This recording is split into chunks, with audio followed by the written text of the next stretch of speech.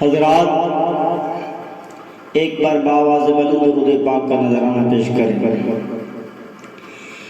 صلی اللہ علی النبی الامی وآلہ صلی اللہ تعالی علیہ وسلم. صلاۃ و سلام علیک سیدی یا رسول اللہ صلی اللہ تعالی علیہ وسلم. حضرات جیسا کہ میں نے آپ کو بتایا کہ میلاد النبی کا مہینہ ہے، ربیع الاول شریف کا مبارک مہینہ ہے، سرکار کی ولادت کا مہینہ ہے. لہذا میں سرکار کی ولادت کے تعلق سے، میلاد النبی کے تعلق سے آپ کی خدمت کروں گا. آپ کو محبت کے ساتھ سننا ہے. حضرات ہمیں اپنے آقا و مولا صلی اللہ تعالی علیہ وسلم سے محبت ہے، وہ ہمارے آقا ہیں. حضرات سرکار کی محبت یہ عین ایمان ہے. جتنی زیادہ محبت ہوگی اتنا ہی ایمان مضبوط اور پختہ ہوگا. تو آپ لوگوں میں سے کوئی ایسا ہے کہ جسے سرکار سے محبت کم ہے؟ جان سے، مال سے، اولاد سے، دنیا کی ہر شے کے مقابلے میں سرکار کی محبت زیادہ ہو تبھی آدمی کا ایمان مکمل ہوتا ہے. سرکار فرماتے ہیں لا یؤمن احدکم حتی اکون احب الیہ من والدہ وولدہ والناس اجمعین.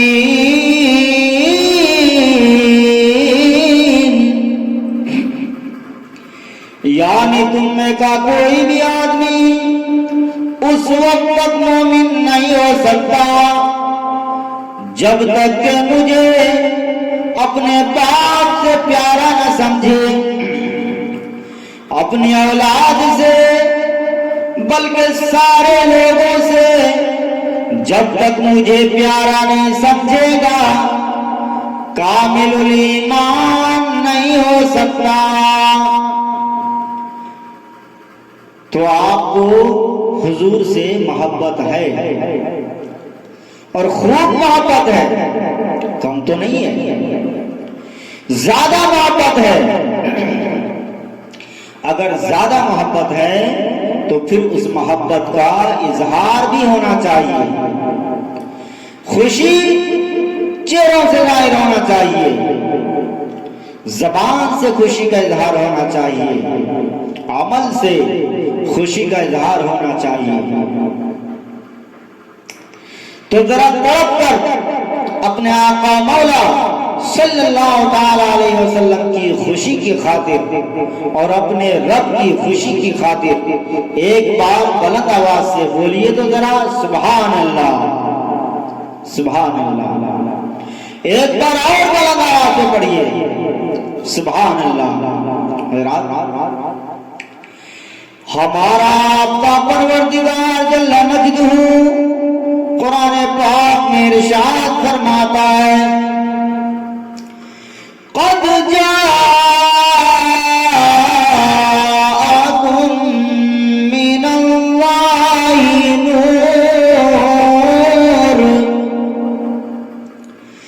نور کتاب مبین.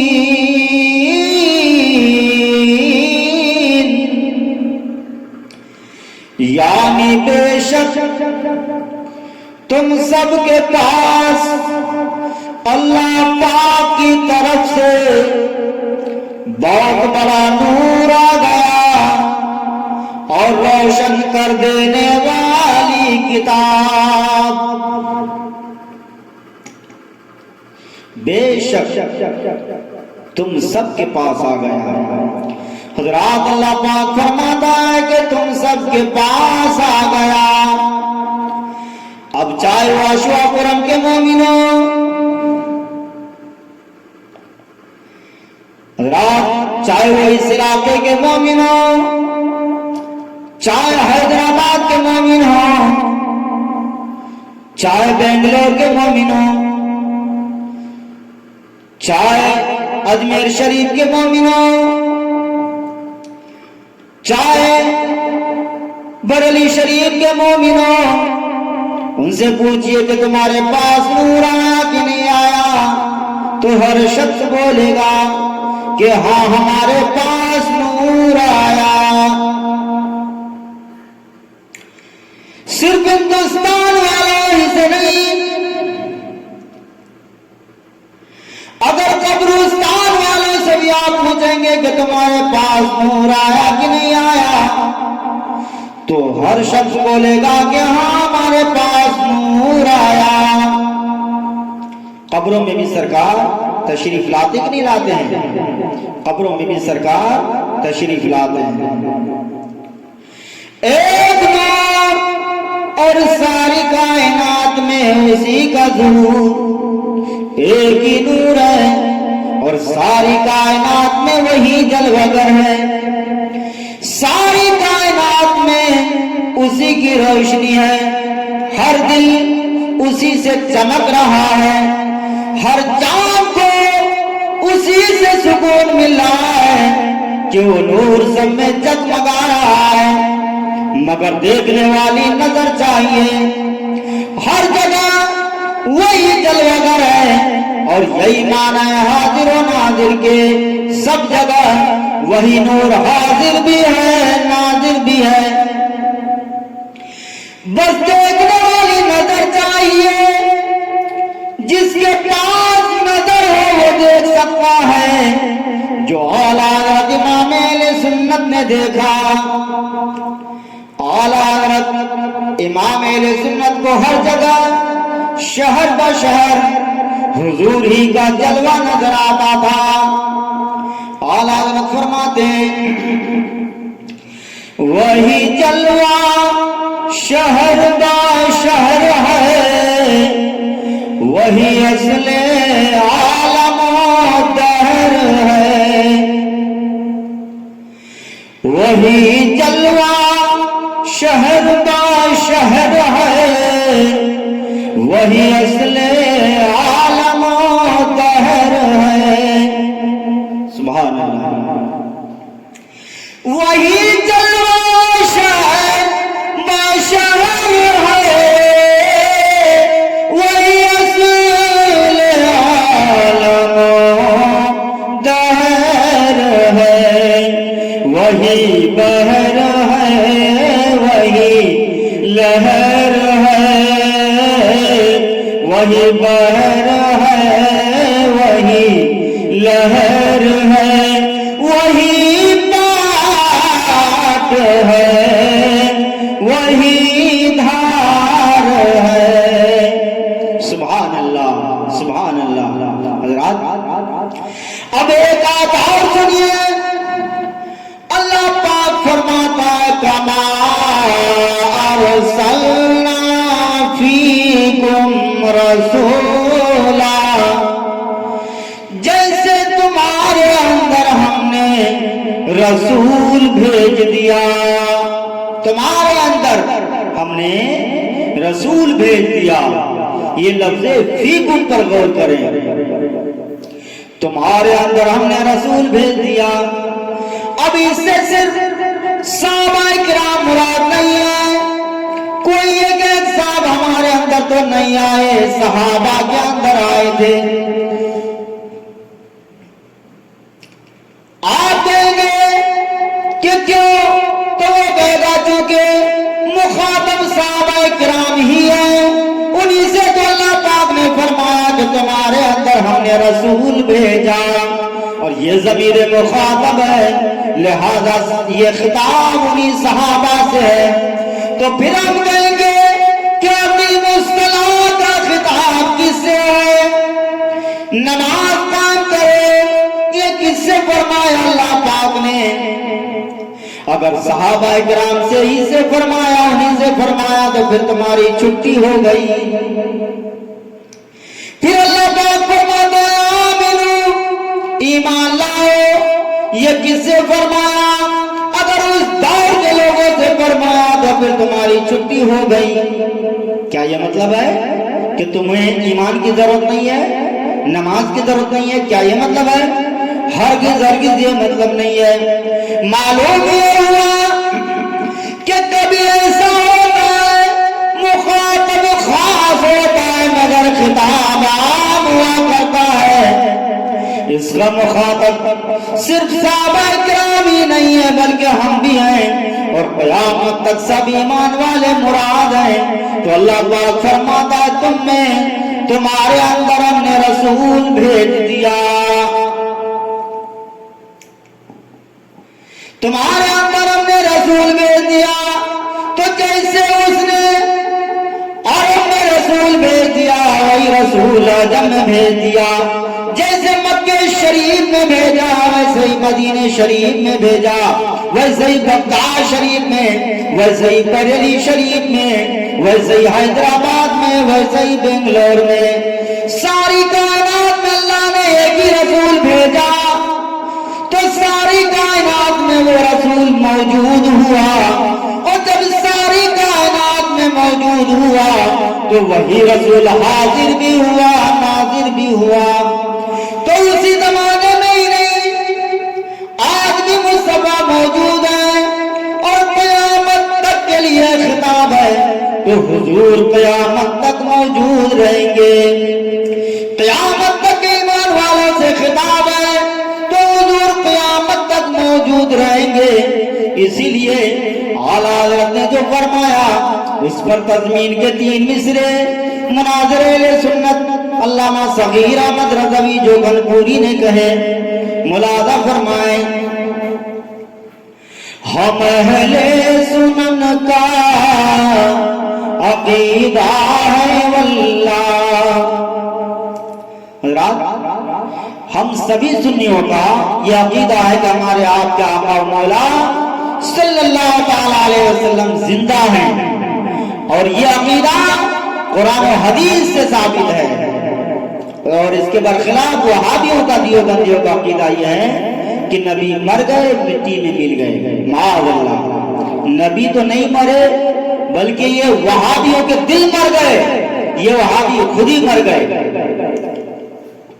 ملاحظہ فرمائیں، سبھی سنیوں کا عقیدہ ہے واللہ، وہابی جہنم کا کندہ ہے واللہ، وہابی جہنم کا کندہ ہے واللہ، جو مردہ کہے گا وہ مردہ ہے واللہ، تو زندہ ہے واللہ، تو زندہ ہے واللہ، میرے چشم عالم سے چھپ جانے والے، میرے چشم عالم سے چھپ جانے والے، سبحان اللہ سبحان اللہ۔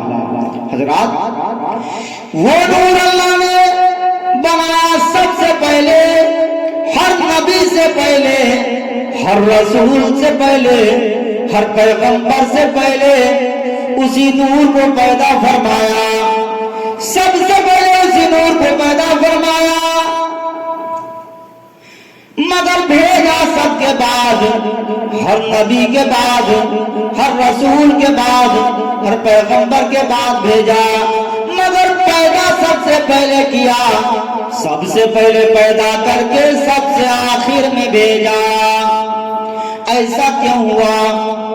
حضرات سرکار پیدا سب سے پہلے کیے گئے اور بھیجے سب کے بعد گئے، اس میں حکمت کیا ہے، اس میں راز کیا ہے؟ آئیے ذرا اس کو سمجھنے کی کوشش کرتے ہیں۔ حضرات آپ نے دیکھا ہوگا رات پر یہ تارے جگمگاتے ہیں، لیکن جب سورج نکلنے کے قریب ہوتا ہے تو یہ سب چھپ جاتے ہیں۔ چھپ جاتے ہیں کہ نہیں چھپ جاتے ہیں؟ اور آپ نے یہ بھی دیکھا ہوگا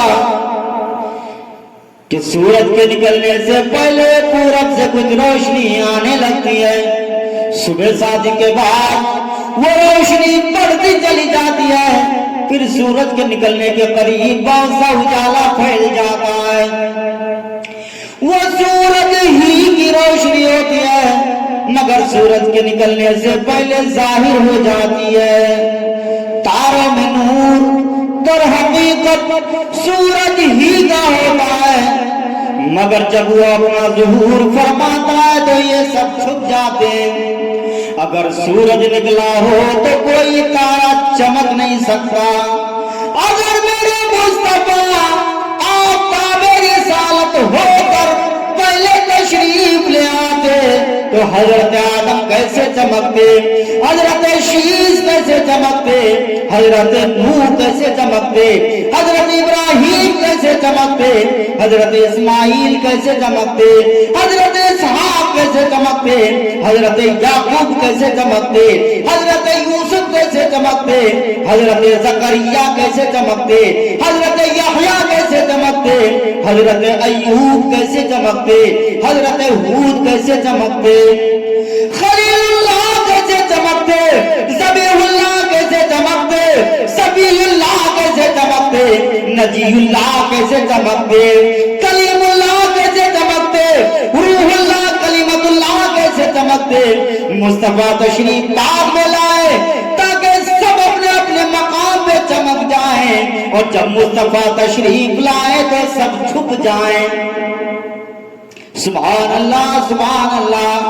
اب چلیے تصور میں بریلی شریف تو اعلیٰ حضرت امام اہل سنت اس مفہوم کو یوں بیان فرماتے ہیں، سرکار کی شان کو یوں بیان فرماتے ہیں، تو ہے خورشید رسالت پیارے۔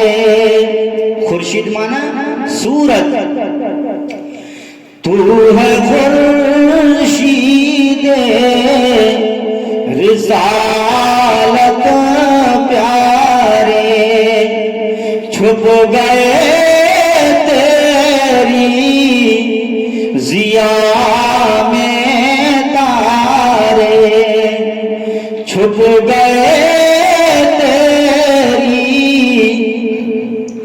ضیا میں